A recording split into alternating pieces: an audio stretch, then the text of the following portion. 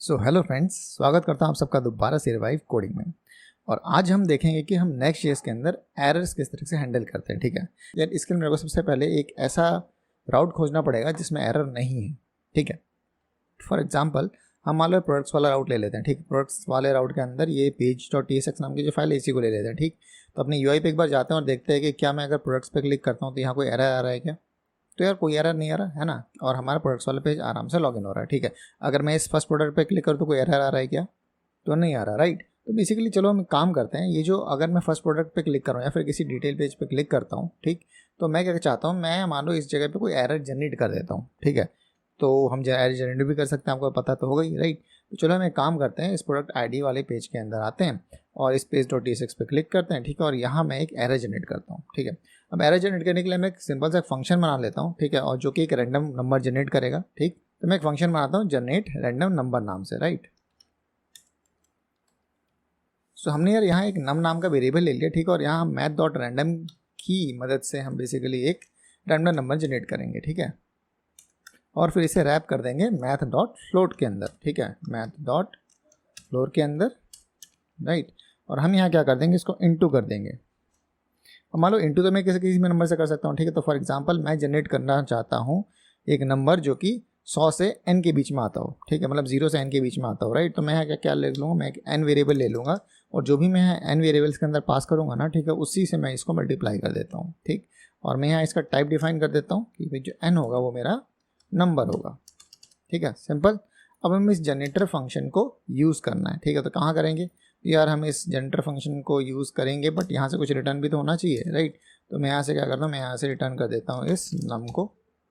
ठीक है, और यहाँ भी हम अपना टाइप डिफाइन कर देते हैं। ठीक है, कि हम यहाँ से बेसिकली रिटर्न क्या कर रहे हैं, तो हम यहाँ से नंबर रिटर्न कर रहे हैं। ठीक है, तो ये जनरेटर फंक्शन हमारा एक रैंडम नंबर जनरेट करेगा। ठीक है, और ये जो भी हम n देंगे वो यहाँ से मल्टीप्लाई हो जाएगा। सो अगर मैंने यहाँ n की जगह पे 5 दिया तो जो मेरा रैंडम नंबर जनरेट होगा वो 0 से लेके 5 के बीच में होगा। अगर मैंने 3 दिया तो 0 से 3 के बीच में होगा, राइट, सिंपल। ओके, तो अब हमें इसको यूज़ करना है, तो यूज़ करने के लिए हम एक नीचे आ जाते हैं अपने फंक्शन के अंदर। ठीक है, और यहाँ मान लो मैं इस जगह पे लिख देता हूँ कि यहाँ से ये मेरा एक रैंडम नंबर जनरेट हो रहा है। ठीक है, तो मैं लिख देता हूँ कॉन्स्ट रैंड। ओके, और इसके अंदर हम एक रैंडम नंबर सेव कराते हैं और इसमें मैं एक वेरिएबल पास करता हूँ 5। इसका मतलब मैं बोल रहा हूँ कि 0 से 5 के बीच में एक रैंडम नंबर जनरेट होगा। ठीक है, और मैं एक चेक लगा देता हूँ एक अदर। ठीक है, और मैं चेक क्या लगाऊंगा कि यार अगर रैंडम नंबर की वैल्यू, इस रैंड की वैल्यू 0 के इक्वल होगी तो मेरा एरर जनरेट हो जाएगा। ठीक है, तो मैंने बेसिकली चेक लगाया कि इस रैंडम की वैल्यू अगर 0 के इक्वल है, ठीक है, तो भाई एक एरर थ्रो कर दो। और इस एरर में हमने को क्या थ्रो करना है, एरर फ्रॉम प्रोडक्ट पेज। ठीक है, ये जो एरर है प्रोडक्ट पेज से आया। ठीक है, सिंपल। कंफर्म करने के लिए कि हम बिल्कुल सही जा रहे हैं कि नहीं, हम यहाँ कंसोल में प्रिंट करा देते हैं साथ में भैया अपने इस रैंडम नंबर की वैल्यू। ठीक है, तो मैं लिख देता हूँ कंसोल और यहाँ से हम इस रैंडम नंबर की वैल्यू को साथ में प्रिंट भी करा लेते हैं। ठीक है, तो चलो यार अब इसको हम यूआई पे भी जाके चेक कर लेते हैं। ठीक है, कि इस रैंडम के अंदर क्या आ रहा है। ठीक, तो अगर आप यहाँ देखोगे तो अभी हमारे रैंडम के अंदर 3 आया है। ठीक है, तो इसी वजह से कोई एरर ट्रिगर नहीं हुआ। हम एक बार दोबारा रिफ्रेश करते हैं, फिर से एरर नहीं जनरेट हुआ, राइट, क्योंकि 4 आया। दोबारा से ट्रिगर करते हैं और देखो ये हमारा एरर ट्रिगर हो गया। ठीक है, तो एरर हमारा ट्रिगर क्यों हुआ, एरर हमारा इसलिए ट्रिगर हुआ क्योंकि अगर आप यहाँ रैंडम की वैल्यू को देखोगे तो रैंडम की वैल्यू हमारी 0 हो गई। ठीक है, जब भी आपकी जो वैल्यू है रैंडम की 0 होगी तो हमने यहाँ से एरर थ्रो किया था और आपको एरर मिल रहा है, एरर फ्रॉम प्रोडक्ट पेज। ठीक, मगर अगर मैं इस यूआई को काट दूँ, ठीक है, तो देखो मेरी एप्लीकेशन फट चुकी है। ठीक है, जिसको मैं बोला था एप्लीकेशन फट गई, मतलब वो एप्लीकेशन का कुछ भी हिस्सा नहीं दिख रहा। ठीक है, तो इसी को हम बोलते हैं एप्लीकेशन का फट जाना, राइट। तो आप नहीं चाहोगे कि यार मेरा एप्लीकेशन फटे। ठीक है, तो इसी के लिए हम बेसिकली यूज़ करते हैं एरर बाउंड्री को। ठीक है, तो अब ये समझो एरर बाउंड्री होता क्या है। एरर बाउंड्री का मतलब होता है ये आपने मान लो बड़ी सी बाउंड्री बना दी। ठीक है, तो इस बाउंड्री के अंदर का अगर कुछ भी होगा, ठीक है, तो इसका जिम्मा आपका है। ठीक है, मतलब इसको अगर आपने नाम दे दिया एरर बाउंड्री, तो इस बाउंड्री का जिम्मा है कि अगर इस फील्ड के अंदर कुछ भी दिक्कत आती है तो भैया उसको फिक्स तुम्ही को करना, उसको तुम्ही को जाके डिटेक्ट करना है कि भैया क्या दिक्कत है, राइट, और वो हमको आगे बताना है कि क्या दिक्कत है, राइट। तो बेसिकली एरर बाउंड्री आपको क्या करता है, कुछ नहीं करता, बस जो भी इस बाउंड्री के अंदर चीज़ें गड़बड़ हो रही होती हैं वो आके आपको बताता है। ठीक है, ताकि आपको पता तो चले भाई गड़बड़ क्या है, राइट। अगर वो गड़बड़ पता है तभी तो उसको सॉल्व करोगे। अब हम एक एरर बाउंड्री बनाते हैं। तो एरर बाउंड्री बनाने के लिए सिंपल प्रोसेस है यार, मान लो मैं इस प्रोडक्ट के लेवल पे एरर बाउंड्री बनाना चाहता हूँ। ठीक है, हम इस प्रोडक्ट पेज के अंदर आते हैं, ठीक है, इसको बंद कर देते हैं, मैं इस प्रोडक्ट के अंदर सीधा बनाता हूँ, राइट। और यहाँ हम बेसिकली एक फाइल ऐड करेंगे, जिस फाइल का हम नाम देंगे error.tsx, राइट। बस इतना सा काम करना है। यहाँ अपने को एक RFC कंपोनेंट बना लेना है, ठीक है, और इसको मैं नाम दे दूंगा एरर, ओके। नाम आप कुछ भी दे सकते हो, इशू कुछ नहीं है, राइट। और मान लो मैं अभी एरर यहाँ थ्रो कराना चाहता हूँ कि we got some error in product section, okay, simple. हमने यहाँ एक एरर थ्रो कर दिया और मैं इसको थोड़ी सी स्टाइलिंग दे देता हूँ, राइट। यार यहाँ मैंने सिंपल सा स्टाइलिंग दे दिया, फ्लेक्स ऐड कर दिया, जस्टिफाई कंटेंट ऐड कर दिया सेंटर, और टेक्स्ट का कलर मैंने कर दिया रेड, राइट। अच्छा, एक और चीज़ कि यार ये जो मेरा एरर वाला कंपोनेंट है ना, error.tsx फाइल, ये मेरा क्लाइंट कंपोनेंट है, राइट। तो हमेशा मैं इसको सर्वर कंपोनेंट की तरह यूज़ नहीं कर सकता, मेरे को इसको क्लाइंट कंपोनेंट बनाना ही पड़ेगा, राइट। तो मैं यहाँ लिखूँगा यूज़ क्लाइंट, ओके, इसको सेव कर लेते हैं। अब अगर मैं अपनी UI पे जाऊँ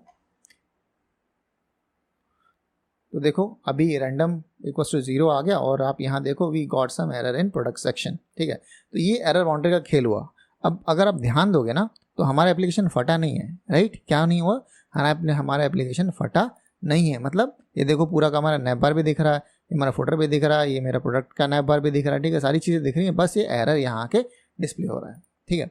सो हमने यहाँ क्या समझा, हमने यहाँ ये समझा कि यार अगर हम एरर बाउंड्री का यूज़ कर रहे हैं तो उससे क्या होता है, उससे मेरा पूरा का पूरा जो एप्लीकेशन है, ठीक है, वो नहीं फटता, राइट। वो नहीं फटता मतलब क्या हुआ कि यार ये जो अंदर वाला सेक्शन है ना, ये अंदर वाला सेक्शन जहाँ की मेरा ये प्रोडक्ट डिटेल पेज रेंडर होना था, ठीक है, उस जगह पर मेरा क्या रेंडर हो गया, ये एरर रेंडर हो गया, ठीक है। जिससे मेरे को पता चल गया भाई कुछ ना कुछ दिक्कत आ गई है मेरे एप्लीकेशन के अंदर, ठीक। अब मैं अगर इसको रिफ्रेश कर दूँ तो देखो एरर चली गई, राइट। अब बेसिकली अगर आपने देखा हर एक चीज़ वैसी की वैसी रह गई, ठीक। और सिर्फ मेरा एक ही सेक्शन ब्रेक हुआ जहाँ एरर आई थी, और वो ब्रेक भी नहीं हुआ, वो वहाँ बेसिकली मेरा ये एरर वाला कंपोनेंट रेंडर हो गया, ठीक है। अब मान लो आपको इंस्टेड ऑफ ये जो मैंने कस्टम सेट किया हुआ है, ठीक है, इसके बजाय आपको एग्जैक्ट एरर दिखाना है जो मेरा सिस्टम जनरेट कर रहा है, ठीक है। अगर आपको वो दिखाना है तो आपको क्या करना पड़ेगा, तो आपको इस एरर बाउंड्री के अंदर से एक प्रॉप निकालना पड़ेगा, ठीक है। तो आप उसको डिस्ट्रक्चर करके यहाँ से एरर निकाल सकते हो।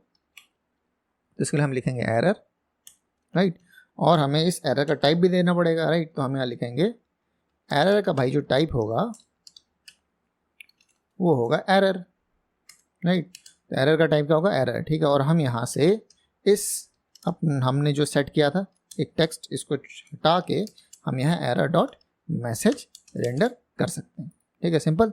तो अब अगर मैं सेम UI पे जाऊँ और एक बार आपको एरर जनरेट करके दिखाऊं, इसके लिए मेरे को इसको बार बार हिट करना पड़ेगा तब तक जब तक एरर नहीं आता। तो देखो हमारा एरर आ गया, ठीक है, रैंडम इक्वल्स टू 0 पे, राइट। और अगर आप ये देखो तो एरर फ्रॉम प्रोडक्ट पेज, ठीक है। अब ये एरर कहाँ से आया, ये एरर हमारा आया हमारे इस page.tsx से, जहाँ हमने कंडीशन लगाई थी और ये एरर हमने थ्रो किया था, error from product page, right, error from product page, ठीक है। तो इस तरीके से आप अपना जो भी आपकी UI में जहाँ भी एरर आएगा, ठीक, तो error.message आप इस तरीके से यहाँ डिस्प्ले करा सकते हो, ठीक है। जब और एक चीज़ करा सकते हो, ठीक है, वो क्या, आप यहाँ एक रीट्राई का बटन दे सकते हो, ठीक है, जिससे कि आप रीट्राई पे क्लिक करो और ये जो पेज है वो दोबारा से रीलोड हो जाए, ठीक है। इसका मतलब आपके एप्लीकेशन भी ब्रेक नहीं हुआ और आपके पास एक रीटाइप का बटन भी आ जाएगा जिसको आप क्लिक करके दोबारा से इसी जगह से रिकवर भी कर सकते हो, ठीक है। तो इस तरह के सिनेरियो में मेरे को क्या करना पड़ेगा, मेरे को बस यहाँ एक रीट्राई का बटन ऐड करना है, तो मैं यहाँ एक बटन ऐड कर देता हूँ। तो यहाँ मेरे को थोड़ा सा CSS में भी चेंज करना पड़ेगा, तो मैं थोड़ा चेंज कर देता हूँ। यहाँ बेसिकली मैंने चेंज किया है, मैंने फ्लेक्स दिया, ठीक है, फ्लेक्स कॉलम कर दिया। कॉलम से बेसिकली ये पहले आएगा नीचे आएगा, ये कॉलम्स में से सेट हो जाएंगे, पहले ये दूसरा एलिमेंट, राइट। और फिर मैंने इसको दोनों को अलाइन कर दिया मिडिल में मैंने अलाइन किया, राइट। उसके बाद यहाँ टेक्स्ट सेंटर कर दिया, जो भी मेरा टेक्स्ट है वो सेंटर में अलाइन हो जाएगा। क्यों, क्योंकि ये जो मेरा P है, P टैग मेरा ब्लॉक टैग होता है, राइट। तो ये क्या करता है, पूरे ब्लॉक को कवर करके रखता है मेरा P टैग, राइट। तो इससे क्या होगा, ये जो मेरा एरर मैसेज होगा सेंटर में डिस्प्ले होगा, राइट। एक बार अपने UI पे आते हैं और देखो मेरे पास एक ट्राई अगेन का बटन है, राइट। अब मैं चाहूँ तो इस ट्राई अगेन के बटन को भी स्टाइल दे सकता हूँ, बट अपने को पता है ये बटन है, राइट। तो अगर मैं इस पर क्लिक करूँ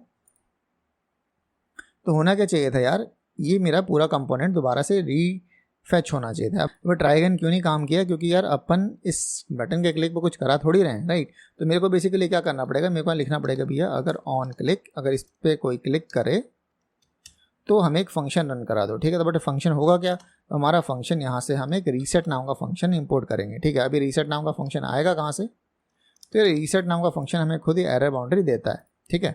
कौन देता है अपने को, एरर बाउंड्री देता है, ठीक है। तो मैं ऐसे लिखो ठीक है। तो ये रीसेट नाम का जो फंक्शन है मेरे को कौन दे रहा है, ये खुद एरर बाउंड्री नाम का कंपोनेंट बाय डिफॉल्ट देता है, ठीक है। मेरे को इसका बस अपना टाइप डिफाइन करना पड़ेगा, तो मैं लिखूंगा रीसेट इक्वल्स टू, बेसिकली एक फंक्शन होता है और ये फंक्शन बेसिकली कुछ भी रिटर्न नहीं करता, राइट। तो कुछ रिटर्न नहीं करता, तो इसके लिए हम यहाँ लगा देंगे वॉइड, ओके। और एक गलती से 2 बार आ चुका है, सेव कर लेते हैं। तो हमने यहाँ रीसेट का टाइप भी डिफाइन कर दिया, ठीक है। और यहाँ हम इस रीसेट को उठा के इधर क्या कर देंगे, पास कर देंगे, ठीक है, सिंपल। अब ये रीसेट बेसिकली क्या ट्रिगर करेगा, ये रीसेट एक रीरेंडर ट्रिगर करेगा, ठीक है। तो रीसेट का काम क्या होता है, जो भी जहाँ भी एरर आया है, ठीक है, उस एरर को हटा के एक बार दोबारा से ट्राई करने का, ठीक है। तो ये अपना रीसेट काम करता है। तो अब मैं यार अगर दोबारा से एरर को लाने की कोशिश करूँ तो मैं इसको बार बार थोड़ा सा हिट करूँगा जब तक एरर नहीं आता। तो देखो अब मेरा एरर आ गया, राइट। अब हम एक बार दोबारा चेक कर लेते हैं क्या ये मेरे ट्राई अगेन बटन काम करता है कि नहीं, राइट। मैं इसको हटा देता हूँ, एक बार इसको दोबारा से हिट करता हूँ, ठीक है। दोबारा से हिट करता हूँ, दोबारा से हिट कर रहा हूँ, दोबारा से हिट कर रहा हूँ। अरे ये क्या हो रहा है, यहाँ तो काम करना चाहिए था, ठीक है, बढ़ करे काम नहीं कर रहा, राइट।